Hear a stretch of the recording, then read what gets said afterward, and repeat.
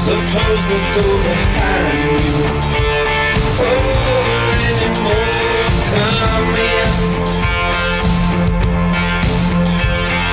Nobody writes, nobody calls, nobody bothers, 'cause I'm over it all.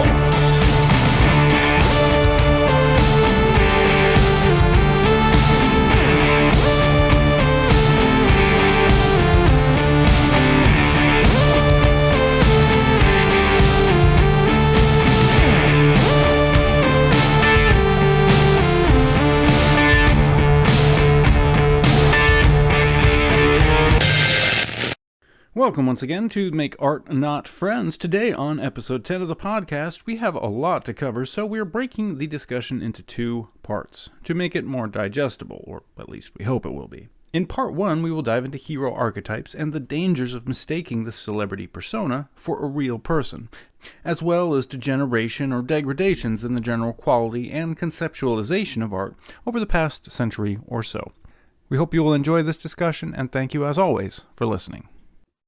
Yeah, so I think I was reading an article on, I think it was an article on SOTT.net. Anyway, I don't recall, but it was like a comment thread, and yeah, someone was like some musical artist or someone died or did something, some crazy extravagant thing, like the usual. And they said something along the lines of like, yeah, they were saying they always look for people that are like just the tip top epitome of like self-absorbed, like hubris, like Mm. just like it's kind of like extravagant excess, like Mm-hmm. sometimes often borderline sociopathic, like very like and so when I wrote down the topic of like the artist in society, like who who is the artist, like what types of people, and now I would even say like I'm mainly talking about musical artists Mm-hmm. because that's like, in this digital age, it's just easier Yeah, that's a to good. hit people with that, and so I think this will actually dovetail really nicely with this sort of larger conversation that I see coalescing on this podcast, and in my mind, of like how music and music culture are being used to degenerate and shape our culture. And so anyway, so essentially what they were saying was that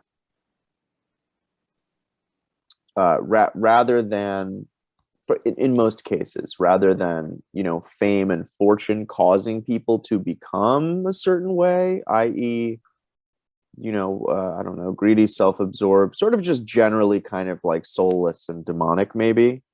No judgment, just an observation. And Mm-hmm. the, and like the more popular, the more rich, the more famous you get, the more that way you will become, because you're influenced by the industry, the culture, the music industry culture, the people within that culture. um that's sort of one perspective.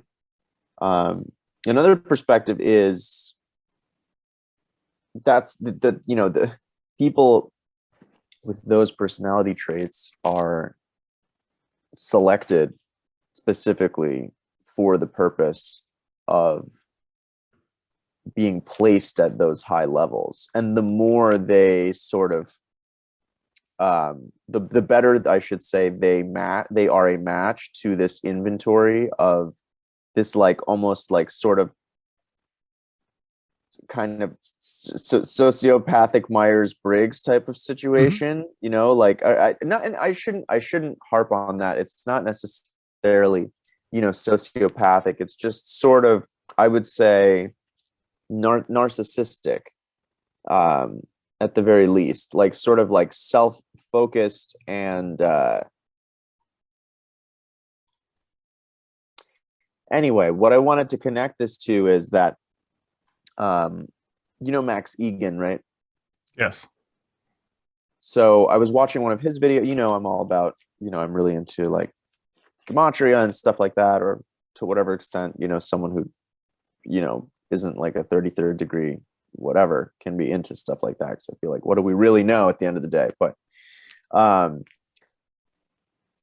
and he was saying that they know the reason that they encode all of this geometry and stuff into like words and texts and like architecture and like DC. And he was saying the reason that they put all of that stuff is because they know that intelligent people like us exist who want to research and will research it, and they put it there in order to distract us from what's going on in our own lives.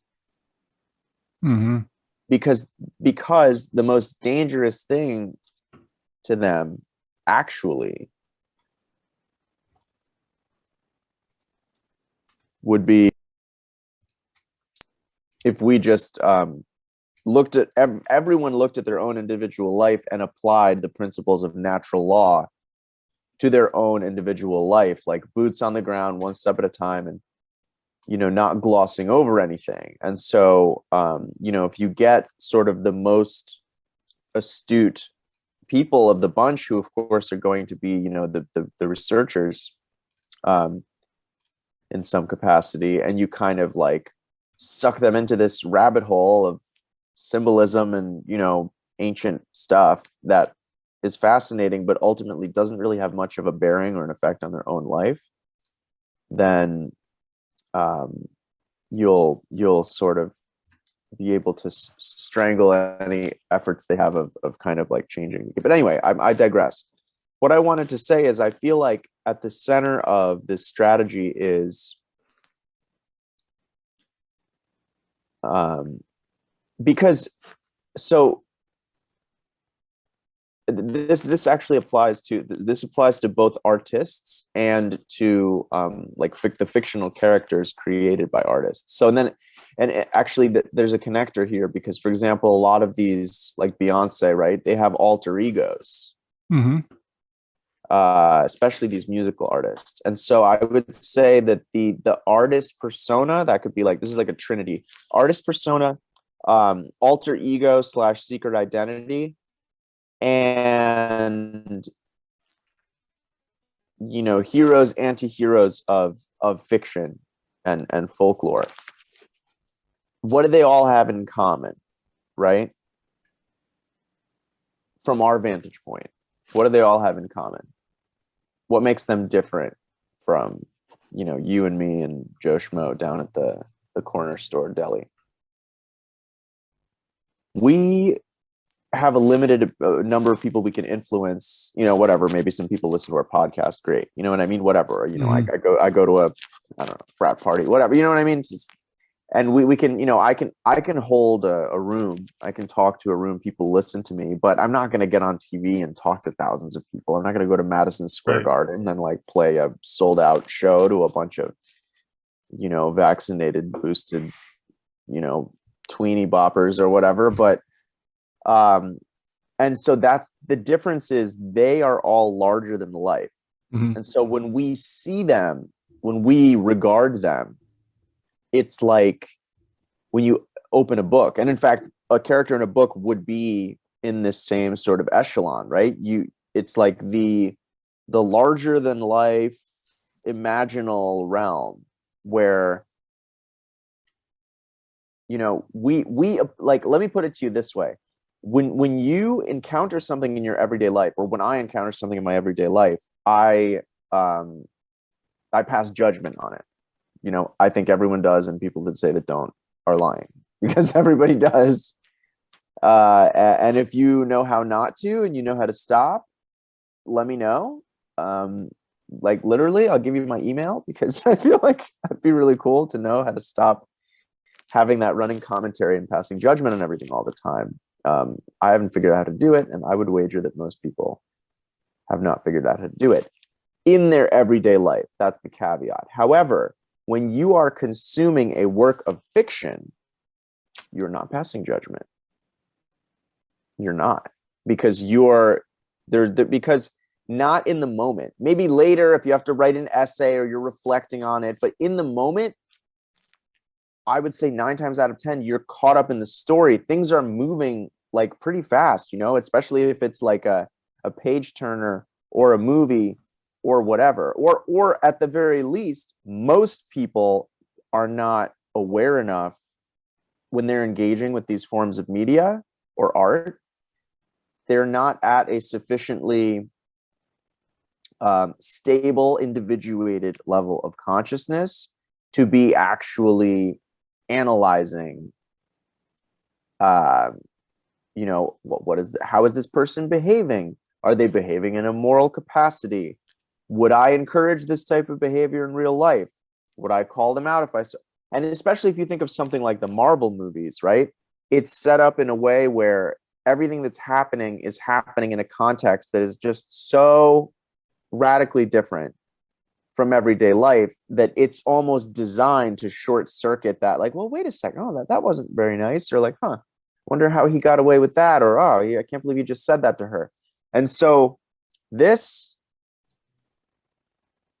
makes it the perfect tool for gradually conditioning people's behavior and modifying people's behavior.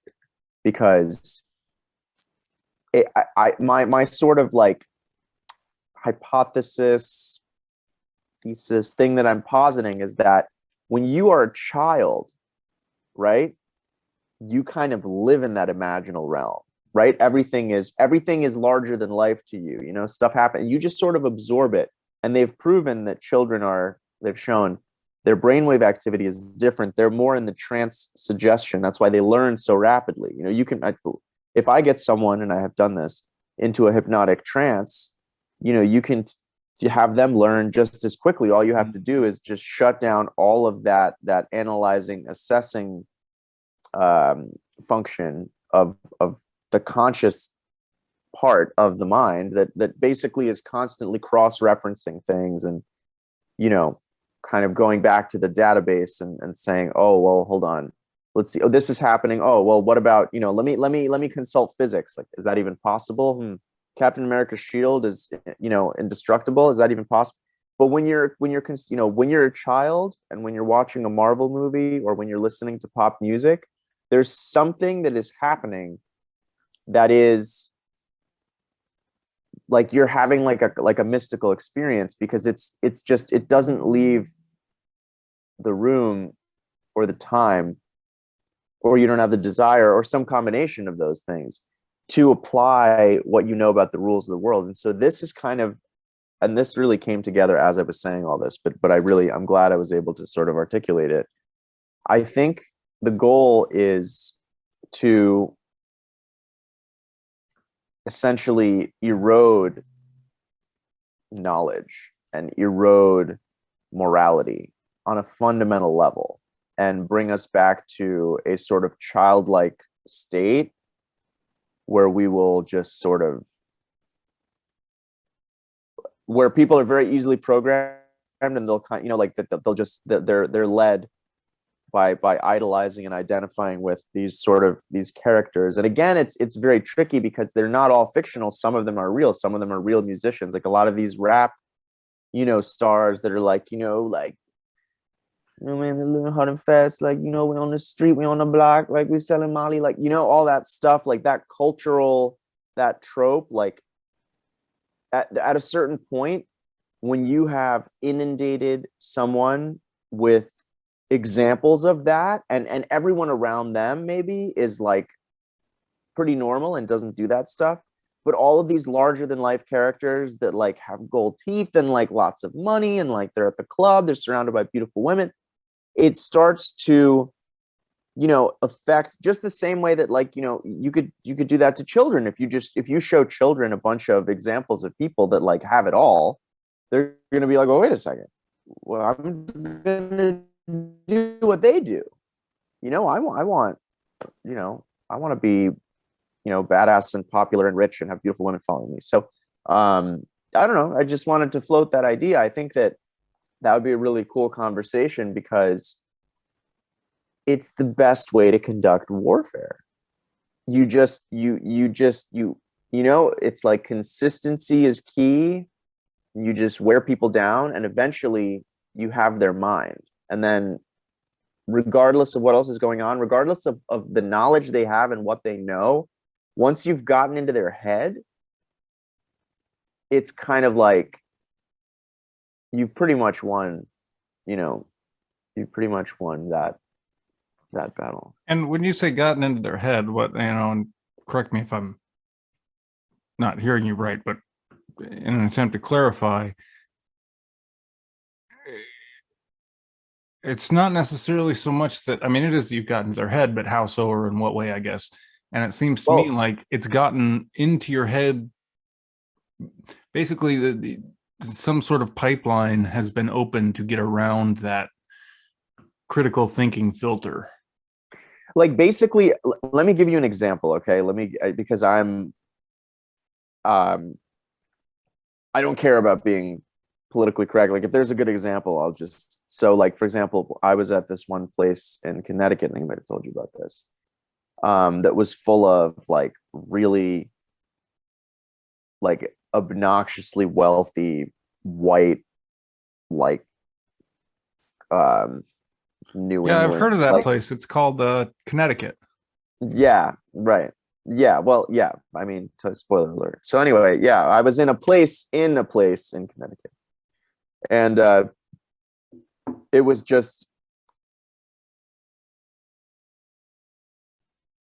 it was that whole scene, like, boat shoes and Mm-hmm.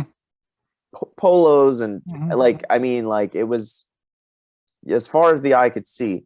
And all these guys, all these kids were like, their dad was like the senator, like literally, like, Mm-hmm. their daddy, owned the Rolls Royce dealership in like Greenwich, Connecticut, whatever it was, or like worked and owned an insurance firm in Stanford, whatever it is, right? And so they're all from that world. Like they all went to some prep school or whatever, you know what I mean? They lived that life. And yet,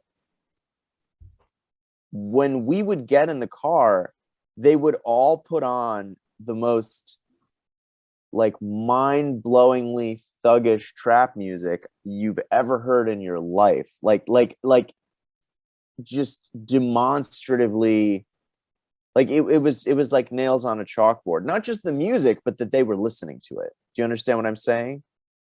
And so the reason I choose this example is that they just, I feel like they found themselves inadvertently worshiping these musical artists and the lifestyle that they were leading. And they were literally being hypnotized. Like, I mean, just think about that. I don't know that there's a better example than that. You have these people, like, they have everything, they have it all. They literally went to prep school. Like, if they ever like, fell and were about to twist their ankle, like literally a mattress made of money would just like, you know what I mean? Like a vacuum robot would just like cushion their fall. And poof, like they're just like, they're set. And yet they're listening to like Young Thug, and like they're really into it. They're really passionate. And I think that's just a really good example, because this degeneration of society is like a really calculated, really engineered thing. There's like a lot of money and time and effort and resources and think tanks invested in it. And I just think that would be a good conversation to have today, because people really don't realize, like, yeah, like, when you listen to pop music and shit, like every single, it's like, as far as I'm concerned, it's like the guy in Clockwork Orange when they tape his eyes open, like we're all in that position. We just don't, to varying degrees, we may not know it, but it's like, when they're trying to program you, everything in that programming that they show the guy whose eyes are taped open is like pretty well thought out. It's not just, you know what I'm getting at? Like I do. With the possible exception of like Ed Sheeran, I don't believe that a lot of this stuff is like, oh, this girl broke up with me and I wrote a song. Like, no, like it's like the music and the sounds and the persona and the character of the musician, and like everything is like very much thought out in order to, Yeah, that's too big. It's too big of a business. There's too much money at stake to take chances on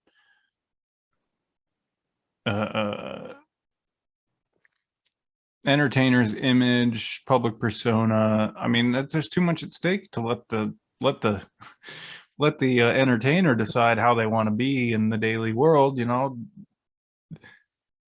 Everything has to be crafted. Again, there's just too much money at stake. Right. But yeah, so yeah, and like, for example,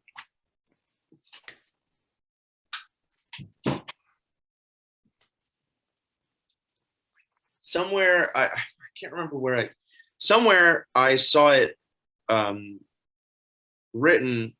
It was an article I was reading. They were saying that they were analyzing the language used in ancient Greece, and they found that prior to the rise of like Athens and what we sort of traditionally associate with, maybe you said this to me, no, and democracy, the language that they used was not centered. It didn't really contain the concept of the I or the individuated ego, like, at all. they didn't refer to themselves or anyone in those terms. Everything was sort of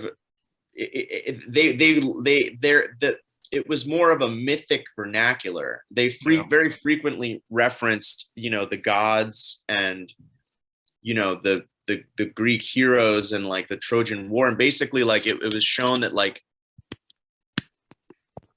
the cultural discourse revolved around these like archetypes of the heroes and the gods who were, that was like their movie stars. That was like their, their lack of a better description. That was like their big like hip hop or pop star who like they were those were guides to behavior.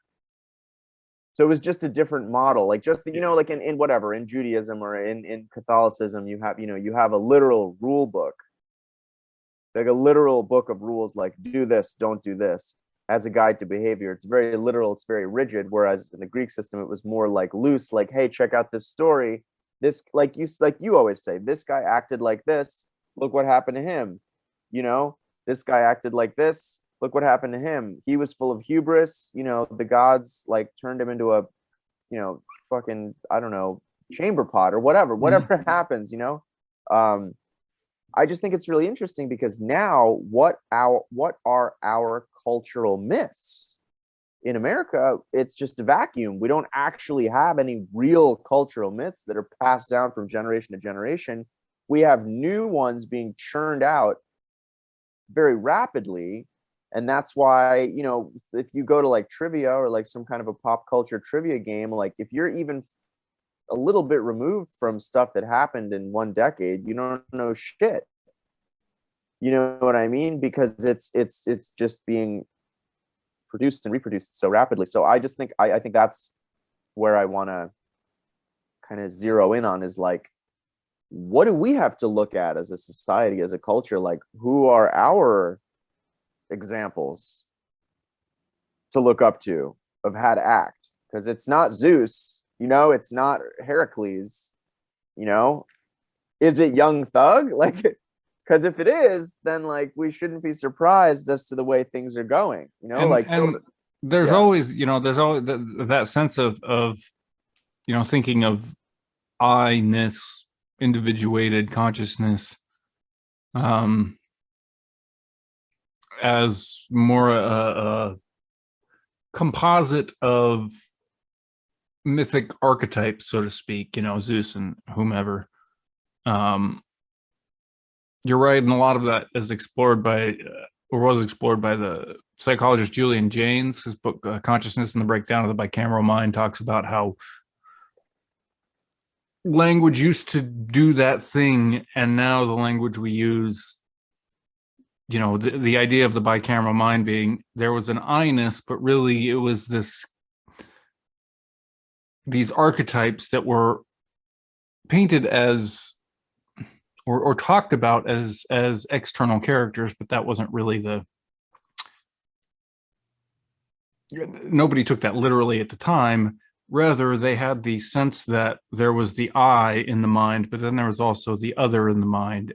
And those were the, kind of that dialogue that you have today, that kind of the internal dialogue was the other talking to the I-ness. And they spoke about the other as a different entity archetypally. And that's where the bicameral mind is. There's two chambers, and one is the I-ness and one is the idealized, whether it's love, whether it's hate, all the idealized conditions of human consciousness. So that book's really good for going into what you're talking about. But to kind of bring that into a little bit, the idea of those, rich kids in Connecticut listening to music that's ostensibly about some poor inner city guy and his life, who probably isn't poor and probably isn't. Right, exactly. They all went to prep city. school too, but let's just ignore that for a minute. But the point is supposed to appeal to. Yeah. The point is, both of those archetypes are essentially perversions of two natural states. The one is the state of having enoughness, of plenty, of comfortability, and your physical existence, which doesn't mean that you've got the amount of money that a Rolls-Royce dealer's son would have at his disposal. It means you have enough to sustain you for now. I mean, that's as rich as humans need to be, is enough to have enough for now. And then the opposite, and so the idea of the, you know, Connecticut Richter that's got way more than he could ever use is a perversion of that idealized enoughness to the point where it's so excessive as to really be a perversion of just having, you've got so much that you, but nothing's substantial because it's not a natural state of having enough. It's more than, it's bigger, it's non-natural amount of stuff that they have. The opposite of that is the idea that you're so poor that you have to fight and kill and steal for everything, and that very tribal, territorial, maybe more than tribal, existence, to the point where you have to work really hard, scrounge really hard, fight for everything just to have barely enough.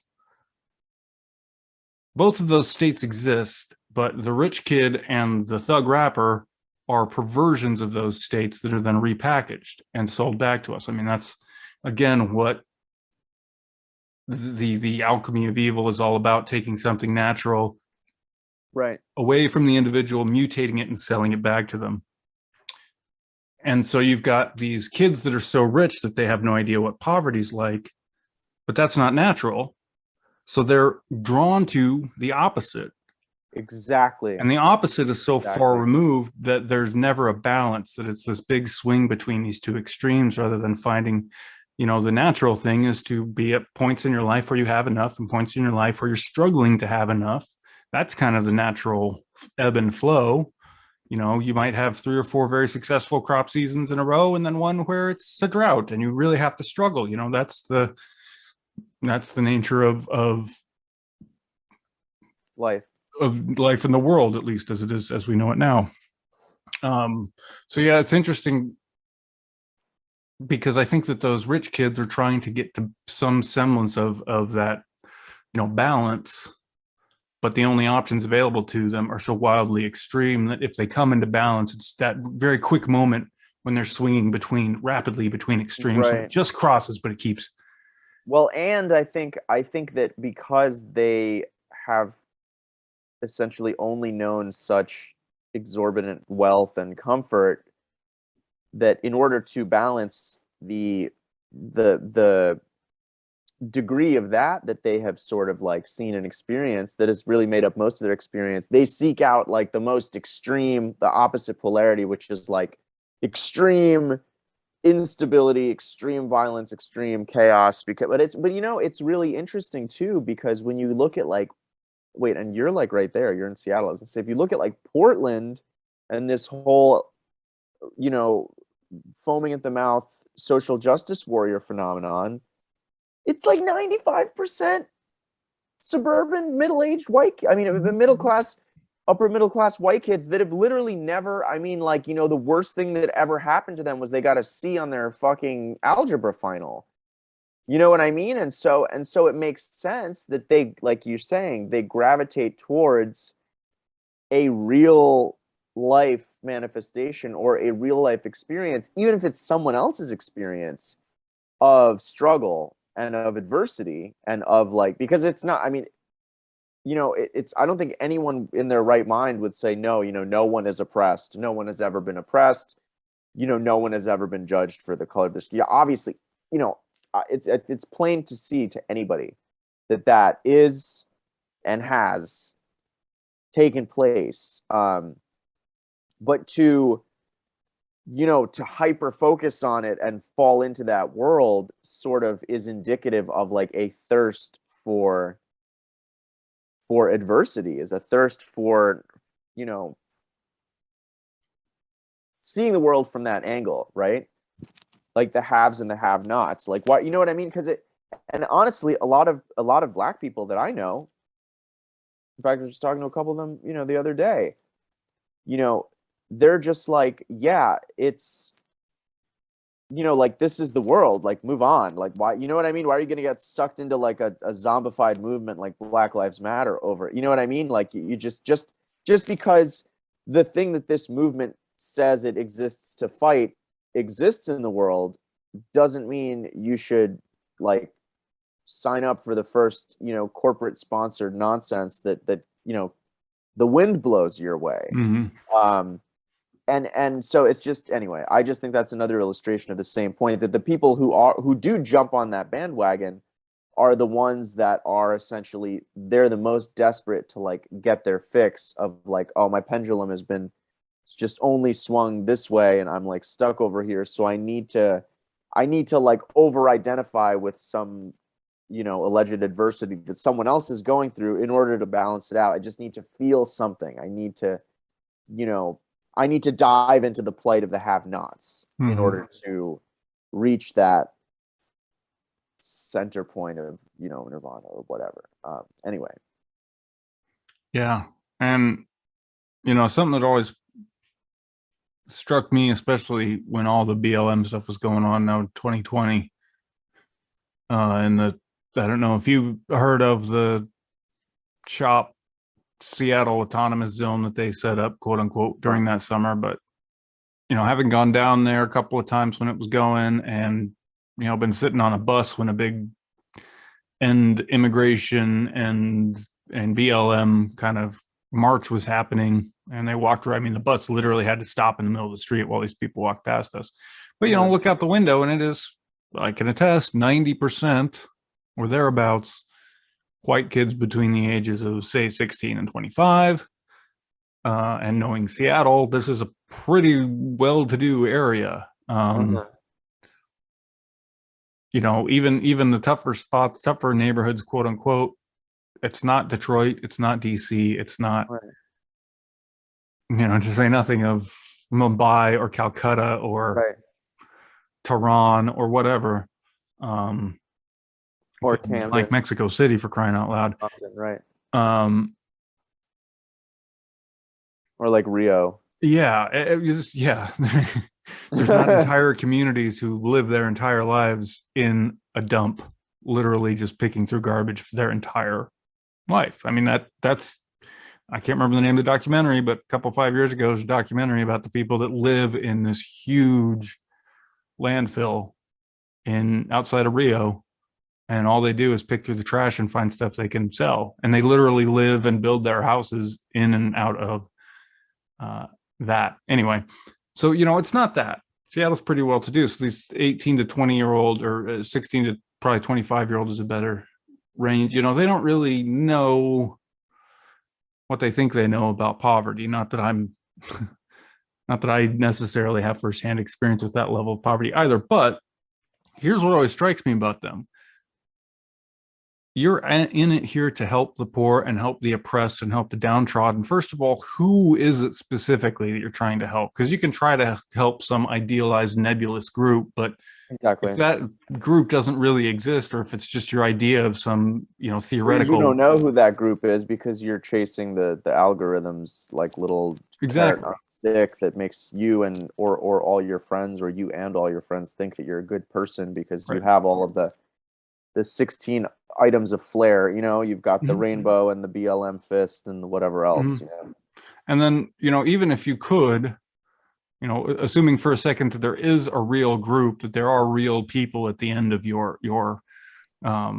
social justice rabbit hole, social justice tunnel, that there's actual physical people, flesh and blood people at the end of that. Do they even want your help? Have you asked them? You know, if you're all, we're here to help the oppressed, did you even ask the oppressed if they want your help? Did you ask the poor if they want your help? Yeah.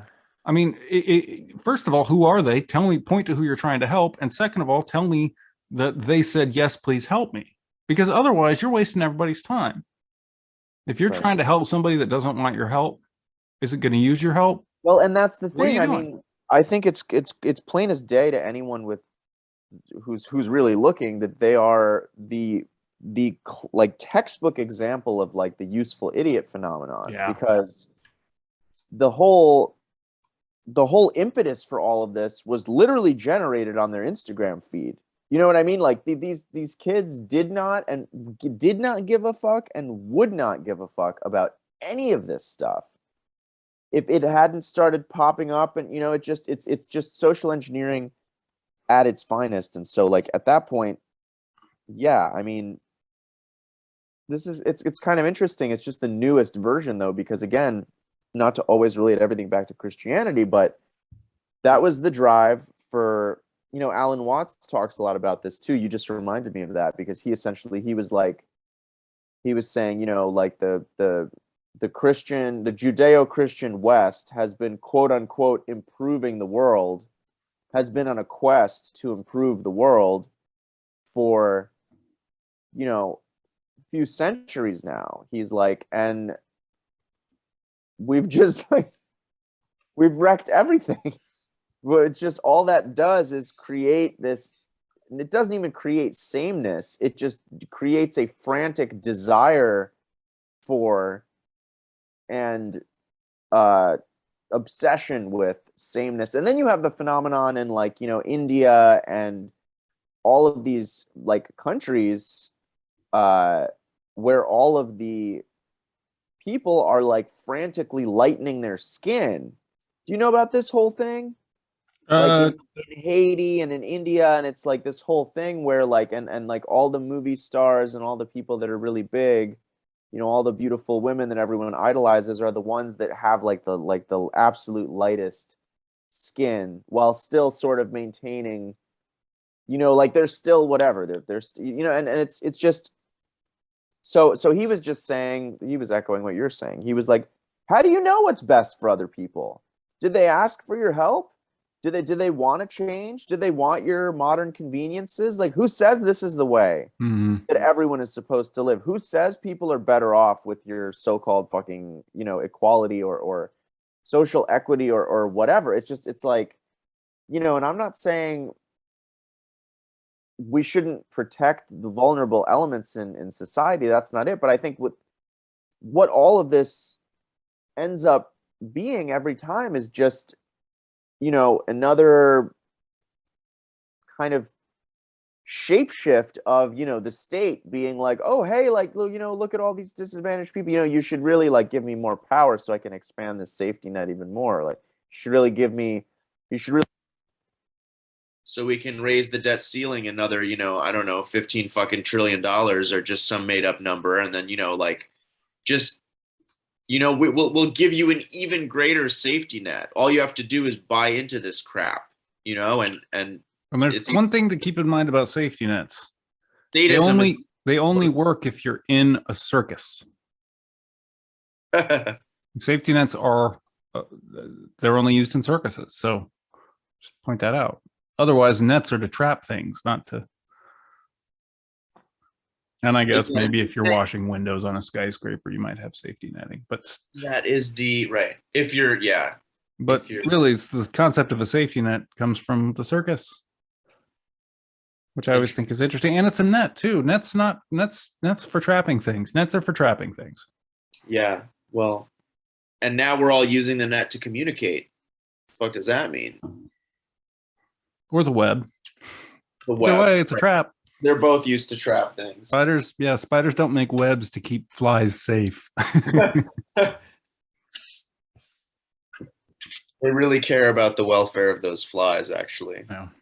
Well, that's an excellent point to go back just a tick. As far as the progress of Western civilization, particularly in the last 200 or so years, I've seen just in the last couple of days some interesting pictures. Not that the whole concept is new to me. It's just these particular pictures are ones that I hadn't necessarily seen, but of late 1800s architecture, particularly European architecture, versus pictures from today, or in the modern, last 10 years or 20 years or whatever, of those same areas.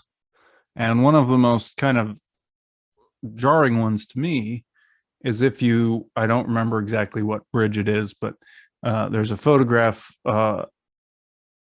side-by-side photographs that I just saw, one taken from approximately the same area on a bridge over the Seine, looking I think with the Isle of Paris behind, looking out towards, anyway, the Empire State Building, the Eiffel Tower is kind of in the background, and the picture's from a bridge, and you see the river right in front of you, and then the bank of the river, and then the Eiffel Tower's some ways in the background. But in the modern picture, that modern bank there of the Seine in Paris is like a boulevard. There's a path, there's some trees, fencing, a lamppost, maybe a bench here and there, and that's it. It looks more like a park than anything. A little, green belt or path or whatever you call it in your neighborhood, but a walking trail essentially next to the river. You look at a picture from that same point of view from, I think, 1890, and there are buildings that are elaborately architecturally magnificent and they're just gone now. And we've made all this progress, and the progress was destroying these amazing old buildings. So that's certainly a interesting pictorial expression of the advance of Western societies, so to speak. Yeah, I mean, it's an interesting time, like, too, especially now, because the phrase that I've come to use is like, capitalism is like, we live in the time where capitalism is like the Ouroboros, and it's just about to chomp down its own tail, sort of, so to speak. Globalism is kind of like, wait a minute, where do I go next? You know what I mean? Like, there's not a whole lot left to exploit, or there is, but it's like, it's getting dicey, and it just seems like that's why I keep returning to the whole, the game is psychological, because I think in order to sort of continue, and that's why it's so important that this like ecocide Extinction Rebellion stuff catch on. Mm-hmm. Is because ultimately what they want to do is just lower the standard of living in the West, because there's not actually enough poor people with access to the stuff that because they want poor people with access to technology, right? Yeah, essentially. That's what makes this globalist wet dream work. Wow, I feel like this is officially not a podcast about art anymore. Just listening to what I'm saying, it's just not. If it ever was. They need, oh man, what have I become? We've got to start somewhere. Yeah, that's true. That's true. I had kind of a thought to maybe how some of this ties at least a little bit back into art, because might as well give it a shot here. But to tie back into, the idea that this whole kind of direction, this trend that the quote art world has been going, which has reached kind of a culmination of sorts in the glorification of the hip hop, gangster rap, really more than hip hop, gangster rap lifestyle. And how did it get to that point? For me, it does trace back and go through kind of what Alan Watts would be talking about with the rise of Western civilization and how it's not really that civilized or civilizing, and it hasn't really risen. It's more destroyed things. But exactly, it leads me to think of at least post mid 1800s. Yeah, I was and that's where I was going, because it leads me to kind of, in my conceptualization of recent history, the last 100-something years, as far as I understand it, and I could have bad information, I could be putting puzzle pieces together in the wrong order, whatever, but I kind of see 1895 particularly as a fairly watershed a year for the direction that the 20th century was pushed. And certainly testament to that are, for me, one of the big things that makes that a watershed year is that's when the Cecil Rhodes and the Round Table group really, formed and started to push forward different policies and ideas and things that would become formational for particularly the world wars, but just the shape of the 20th century generally. So 1895 is kind of a watershed year. And then if you track in through from there, kind of in through the 20th century, as far as where does the artistic trend, what is the artistic community doing, what direction is quote unquote art going in the 20th century, you really start to see what I consider to be that denigration of art starting as early as the very early 1900s, and then pushing itself to kind of the first, if the glorification of the gangster rap lifestyle is kind of a current watershed, or kind of a current, here's where we are now. You can also look back to me at a lot of what was going on in the 1930s, not just in Nazi Germany, but elsewhere as well. But it's I know you're going to bring up the guy in Italy, brutalism or futurism. Futurism, yeah, and certainly futurism, yeah, absolutely. Can't remember his name off the top of my head, the Futurist Manifesto guy, but he said art is about violence. Well, and it's interesting too that I think, and especially now, knock on wood, cross my fingers, whatever, and my whole family is basically from Ukraine. So that's my little, that's my disclaimer. But it does seem like Western society, or I guess at this point, global society, because we've kind of dragged everyone into our bullshit, lives in this kind of punctuated equilibrium, right? Where you have like this plentiful kind of Venusian Renaissance-y harvest period, right? I was just talking to someone about that at like a prepper group meeting. He was talking about how, the reason the Renaissance took place is because there were many successive years of very bountiful, rich harvests, and there was it was like a perfect, I don't want to say perfect storm, but just as an expression, it wasn't actually a storm. It was quite the opposite, right? It was more of like the calm after the storm. But yeah, it was a perfect storm of technological and social advances, and also the timing of it. And also the weather and the climate and the natural environment were very cooperative to produce this flowering of human culture. And it was also like, there wasn't really a lot of war going on during the Renaissance, right? And what's interesting too is we were talking about like solar cycles and stuff. I know I wasn't there, and I can't really say. Yeah, and it was a different kind of going war. On, but yeah, it was very different. Would have been Right. very different.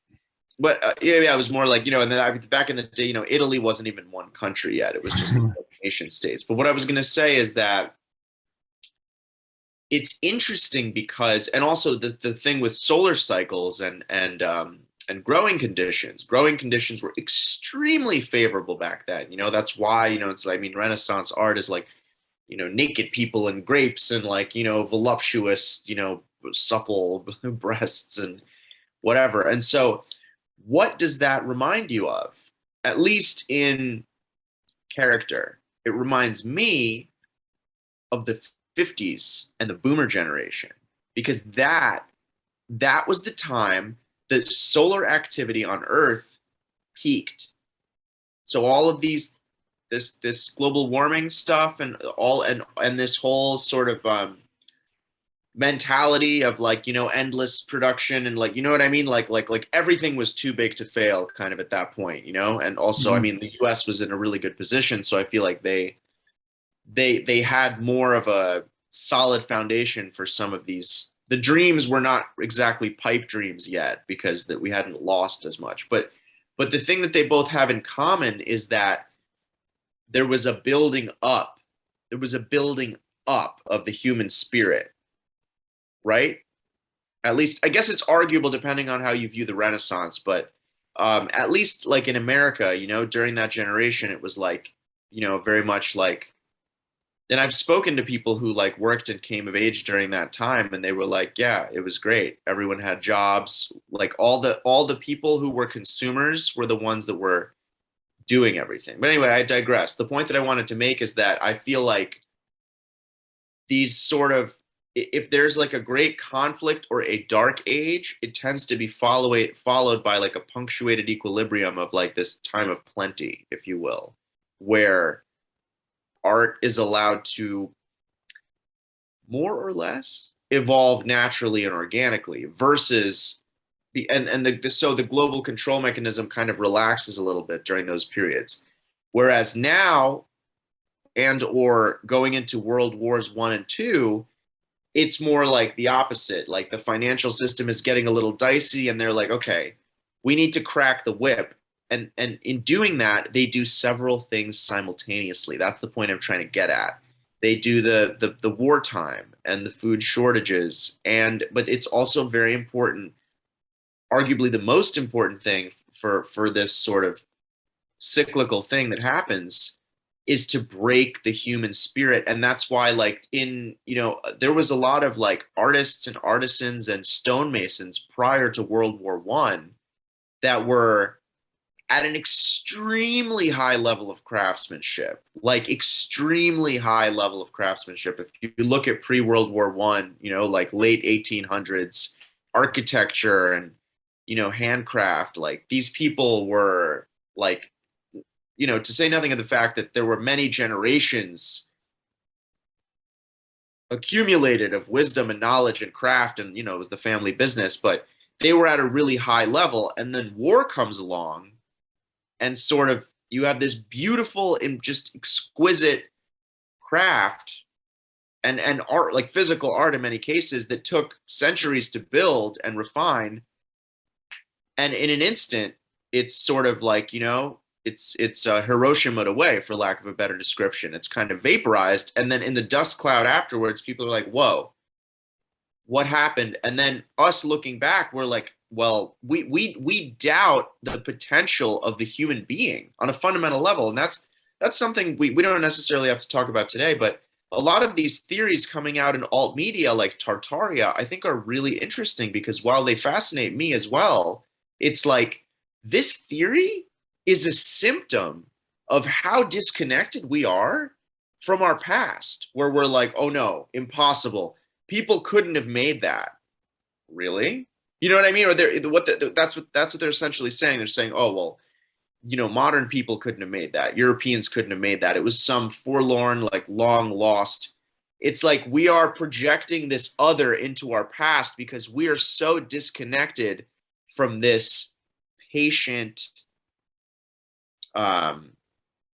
like really highly developed craftsmanship and care oriented part of ourselves, that spirit of our own people, that we have to literally invent another culture and say, no, someone else must have made this. And it's similar to the UFO thing and the ancient aliens thing. If you think about it, it's like, no, impossible. Because the archetype of our collective, consciousness, the archetype of human society has been so degraded within our lifetimes that the dissonance is too great. And we literally have to invent, the whatever, the blue avians, the Pleiadians, the Arcturians, the Tartarians. There's some mystical, Ians that they made this beautiful stuff. They made these beautiful buildings that you see on the bank of the Seine in that old photo. Because when you compare it to what we're doing now, that can't even be the same humanity. And so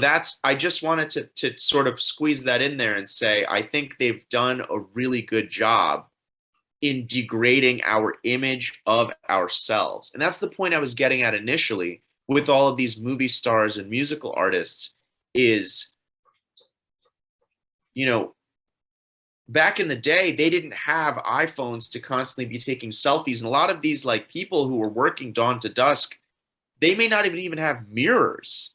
The only time they would see themselves to be able to cast this I, quote unquote, or this ego is like the reflection that they had in some choppy river water. So you couldn't cultivate this idea of like, oh, what is a man? What is a man in society? What are you supposed to be like? What are you supposed to do? People just did what was necessary, and I think it was obvious also like what was good. and what was beautiful. And now I think it's been done very skillfully, because now like people literally think that, like, you know, this trap music and like Cardi B, like they think that that is the height of artistry. And I really want to hammer this point home. What does that do to mass consciousness when you reach a critical mass of people that not only don't fight against like filth and depravity, just wholesale degeneracy, like invading the artistic and musical scene, but they actually encourage it, they sign on to it, and they say, not just I'm okay with it, but yes, I agree.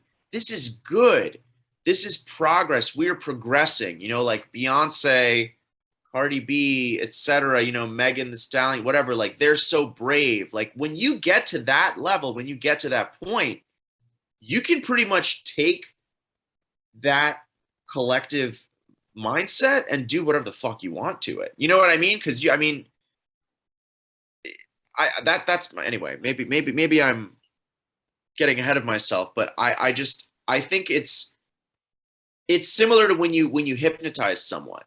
In order to hypnotize someone, you have to first peel away their onion layers and literally like dissolve their sense of self. You have to sort of put their conscious mind to bed.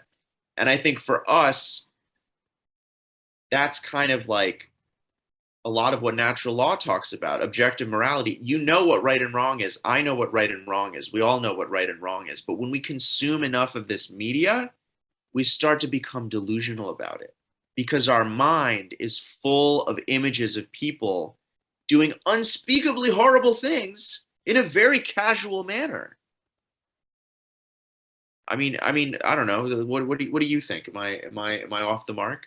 No, I agree. I think the important thing for me in terms of that conversation would be to keep in mind the parallel development, advancement, whatever you want to call it, trajectory, maybe a better term, the parallel trajectory of the education, the way that we impart knowledge to the next generation. You had touched on the developmental mind, the child's developmental mind, you know, being like a sponge. And, you know, you're absolutely right. Neurobiologists certainly found that the first 6 or 7, well, from age, 1.5 to 2 till age 6 or 7 or 8, depending on kind of the individual child's development, the child is just a sponge. And then once they get into that next stage, the late childhood, early adolescence, that's when they start to develop, you know, that sense of individuation and the sense of, and the neurological ability to compare one idea to another, and essentially start to develop the critical thinking. And that's why the education system starts around age 5 or 6, just before they're transitioning into that development of their own the actual critical thinking faculties. But the other thing about that too is inherently the child knows, all people know inherently the difference between right and wrong. And as soon as they get to that point where they can start to compare ideas, if you want to confuse that sense of right and wrong, you know, you have to do that before the individual can develop that as it compares to other ideas. So the idea of right and wrong being hardwired is a fundamental reality. And by the time they get to the point in their development where they can compare one situation to another through the lens of fundamentally knowing what's right and wrong, if you want to control that person, you really want to start to undercut that sense of right and wrong and undercut their ability to compare one thing to another. And that's essentially one, I won't say it's the reason why, but it's certainly one byproduct, if nothing else, of the education system in terms of the years at which it's brought to bear. You know, it's not like we start publicly educating our kids at age 13 when they've already had several years to work on their comparative and higher level neurological, their executive function and stuff that starts to develop prepubescent in the prepubescent child mind. But yeah, it's to get in and start to subvert that as it's coming along. So it's developing in parallel. And then when you have that, it's not just 15,000 hours of your childhood at school, but then you go home and turn on the TV and you get the same reinforcement from the, art, the musicians on the radio, the art, quote unquote, on the TV, all reinforcing those same ideas. It's absolutely bombarding people from every level and from every direction. And that, again, comes out of this education system that was really brought to bear and really started to come into a finalized structure around the late early 1900s, and then was developed on from there, because that kind of, then ties directly, the timing anyway, ties directly back to that timetable, and at least in my conceptualization of the last 100 and some years. And you're absolutely right, and that you kind of have to set those operant conditions for people to be dumbed down or taken out of the imaginative, taken out of the comparative and executive level function, and yes, then subvert their idea of what they were. And that's really where I was kind of going with this kind of next point, which was, the Nazi anti-decadent art movement, which kind of was born out of futurism, but really in the 1930s started to take off, where, Hitler, I think, had two art shows. I think one was in 34 or 5, and the other was in probably 37, late 37, which were like all the art that they had collected, which the Nazi Reich wanted to portray as essentially evil, something that the rank and file shouldn't be allowed access to. And it was this quote decadence art, and really what all that was, and it wasn't that it came out of the Nazis. The Nazis adopted this it was coming out of the foundations, and the foundations coming out of the Round Table. And we're talking Rockefeller, we're talking Hearst, we're talking Carnegie, we're talking Guggenheim, all these modern art foundations and museums that are named after these folks do so because they set up these foundations and infiltrated universities, not just to control medicine, not just to control energy paradigms and this and that, but also to control how we conceptualize art. And that's why this podcast exists, because we've been told that art is one thing and it's absolutely not. And the main source of what was telling us that were, these foundations that were grown out of this Round Table type mentality. And the art that was seen to be decadent was primarily the two major art movements, at least from a painting standpoint, the standpoint of painting. The two main movements that were seen as decadent were Impressionism, which more or less is representational, perspectivist, and Naturalism. And Naturalism was extremely perspectivist and, very much to do with scenes of nature with, maybe a person or two in a frame, and they'd be small. But Naturalism especially is all about that as decadent.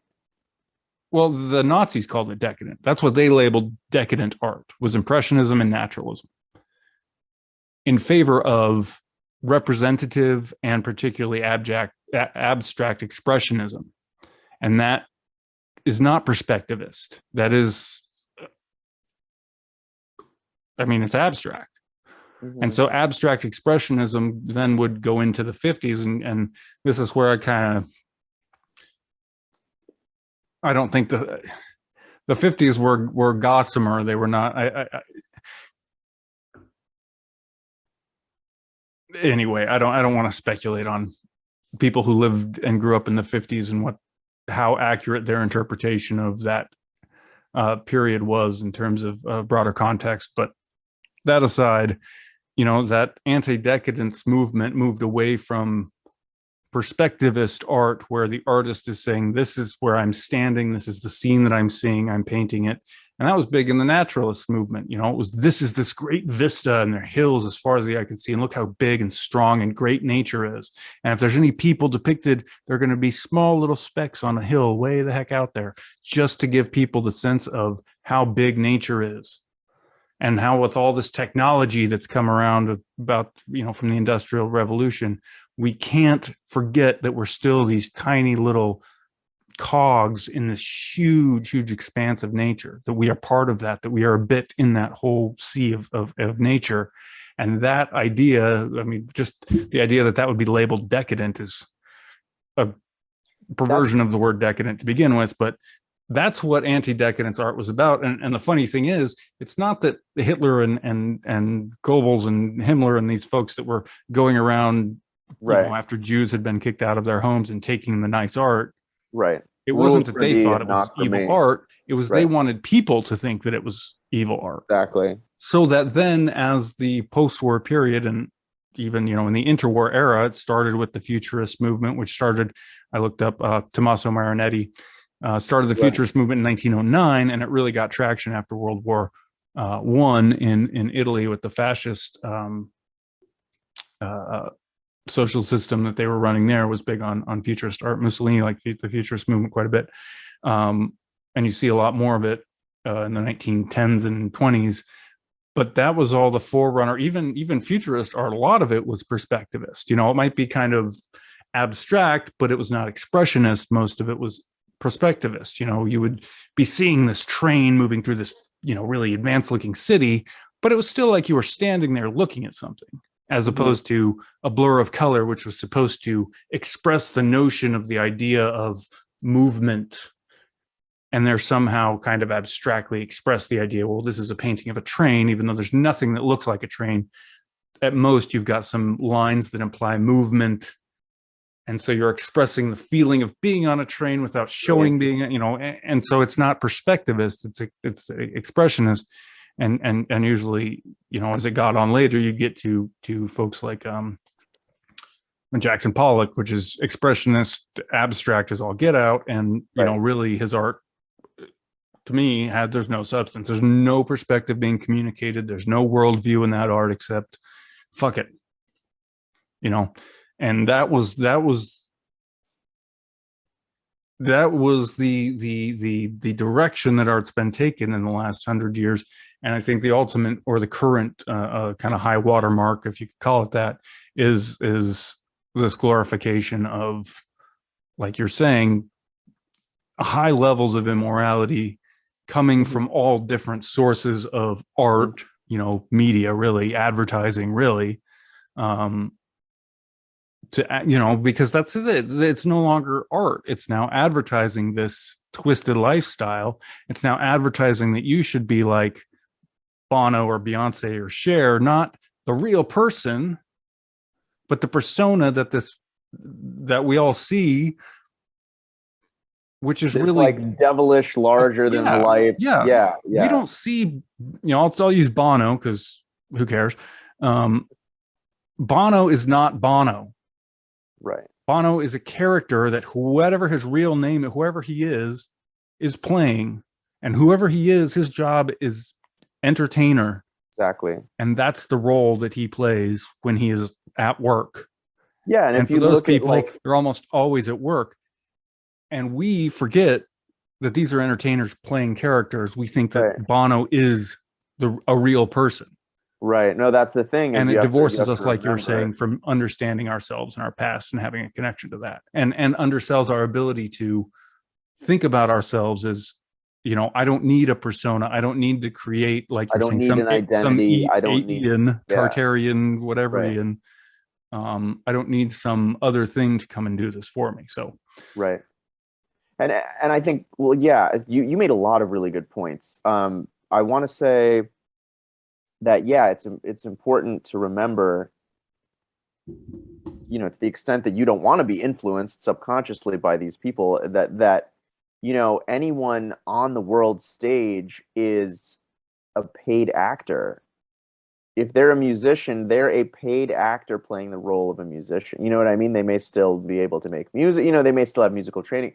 If they're, you know, the head of the NIH, you know what I mean? Then they are a paid actor. You know what I mean? It's so in that sense, directing any real genuine emotion at them is somewhat comical, because it's like getting angry at the Muppets. It's like, dude, that's a fucking sock puppet. Like there's a there's a greater hand at work, literally and figuratively. Yeah, you made a lot of really, really good points. I think the point that you make about expressionism, it just takes me into wondering, back to, the Greeks and stuff, and like, or it's because when you have these myths, right, of the heroes, like that mythology, that is intertwined with nature. I think that's the key difference in all of this. You Yep, have 100%. nature and you have natural law. That's why all of those stories, and if you look at Native American mythology, nature is always the prime mover. Nature, the great spirit, the gods on Mount Olympus, whatever it is, it's always like natural forces are front and center, like Demeter goes underground, to Hades or whatever, or Persephone, I should say, and the that's why, everything dies in the fall. And it's like this cyclical nature of things is woven like a tapestry through all of these, the old stories, I dare say, the real stories. Whereas the new stories are like this Luciferian, truncated, amputated Frankenstein that is ambulating along and has no connection to nature whatsoever. And the reason that I ended up kind of thinking about that is I was thinking, yeah, the thing about abstract expressionism is it is the full quantization or atomization of the human capacity for abstraction. It is literally ripping it out, like surgically ripping out just our capacity to create images in our mind and completely disconnecting them from any meaningful context. And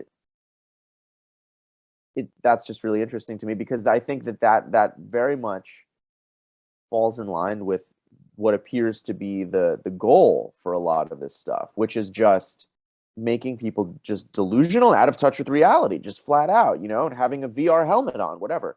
The other thing that you, as you were talking, this is what I wrote down, these notes, okay?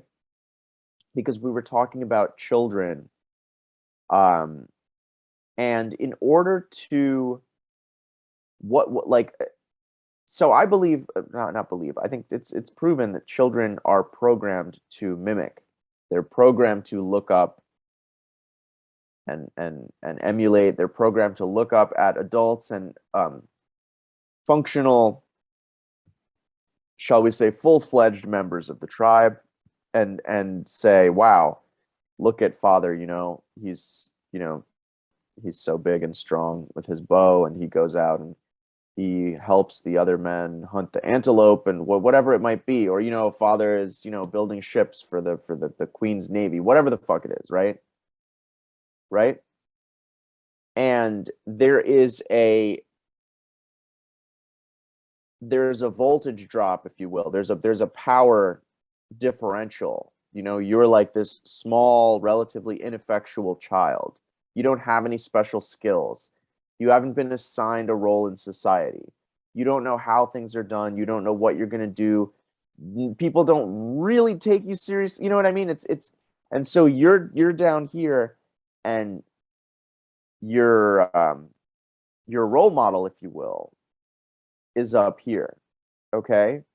And I think that is integral to this sort of trance-like state of learning and absorbing and mimicking, right? Mimicking, that's the key.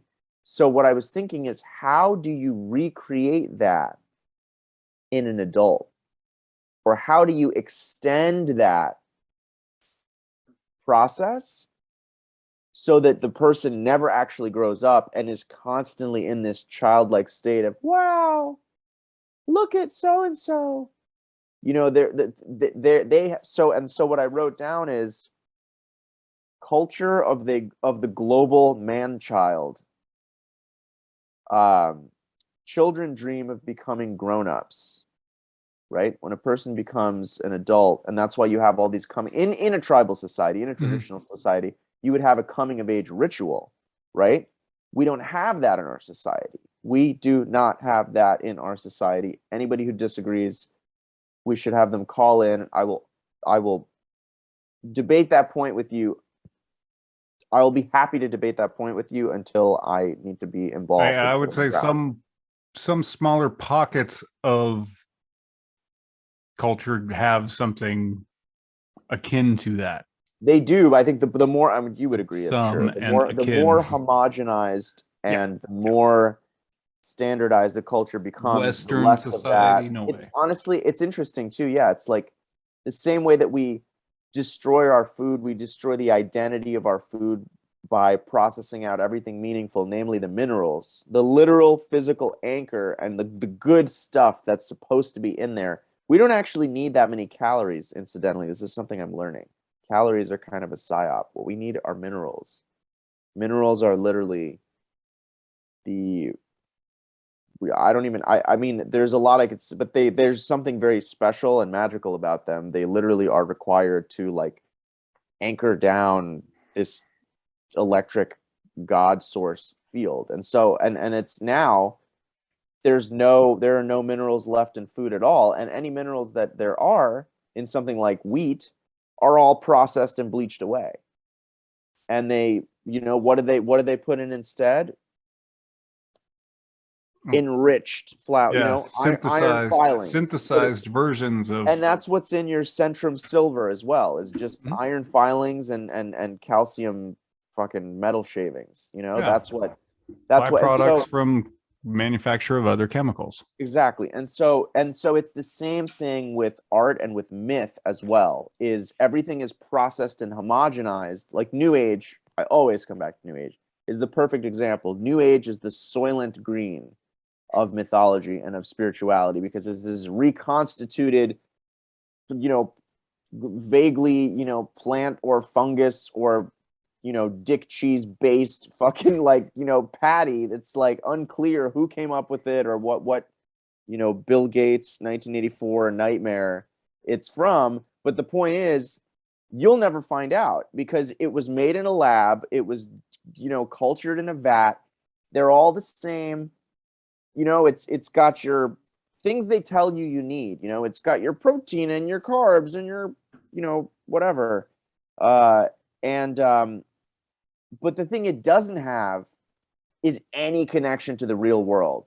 You'll never know if there's grass in it. You'll never see the grass. You don't know which blade of grass. It does not have any soul. And that's the food in this case. And that is how these cultural rituals are now. The ones that are passed down of like, hey, it's like, it's like Sunday night football. And from my vantage point, I'm like, what the fuck are you talking about? Why do you do that? How many generations has this been going on? What's the point? Why do we do this? Why is your team named this? What is the history of that? Is there like you know what I mean? Like, what is the significance? Why do you do this? Because it makes you feel good? Or you think it makes you feel good? Does it really make you feel good? Do you feel connected to something greater than yourself? And like, why? Like, why does this resonate with you? And I think when you ask that question, ultimately most people just fall back on like, well, it's what people do. And what else is there? Right. Like, I know I need that connection to the natural world, but that connection is not available. So I have to take a proxy connection to. So it's like culturally or mythologically, we live in a food desert, right? Because it's like, you need minerals. You need to be doing celery juice. And people are like, what are you talking about? What is celery? What is juice? I've never seen a green thing in my life. Everything is white or potato chip colored and comes in a bag. So that's where we are. And so anyway, so to get back to what I have here in the notebook, I think this is really interesting, right? So you're creating this situation, right? You're creating this culture of like disenfranchised, completely just beaten down, demoralized soy boys, right? Subsisting on Marvel movies and anime, okay? Hey, I like anime.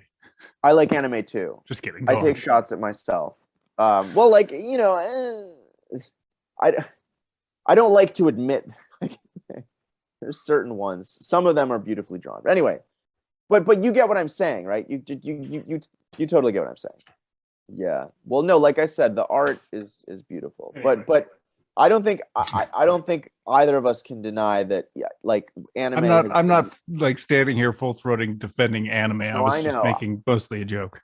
I was gonna say it's morphed into something uh beyond, like I feel like it's even the guy that created anime, I think recently I was told by my friend Mel, he was like, I made a mistake. He was like, I did not know it would be used for this purpose, mainly because of the trans thing and like hentai. Like it's gone in a direction. Sure. Like that's, it's been weaponized. But anyway, basically, so you have these people who are, I won't single out Marvel or anything else, who are subsisting on this artistic or media equivalent of Soylent Green, right? Well, I don't have my own ritual, we're not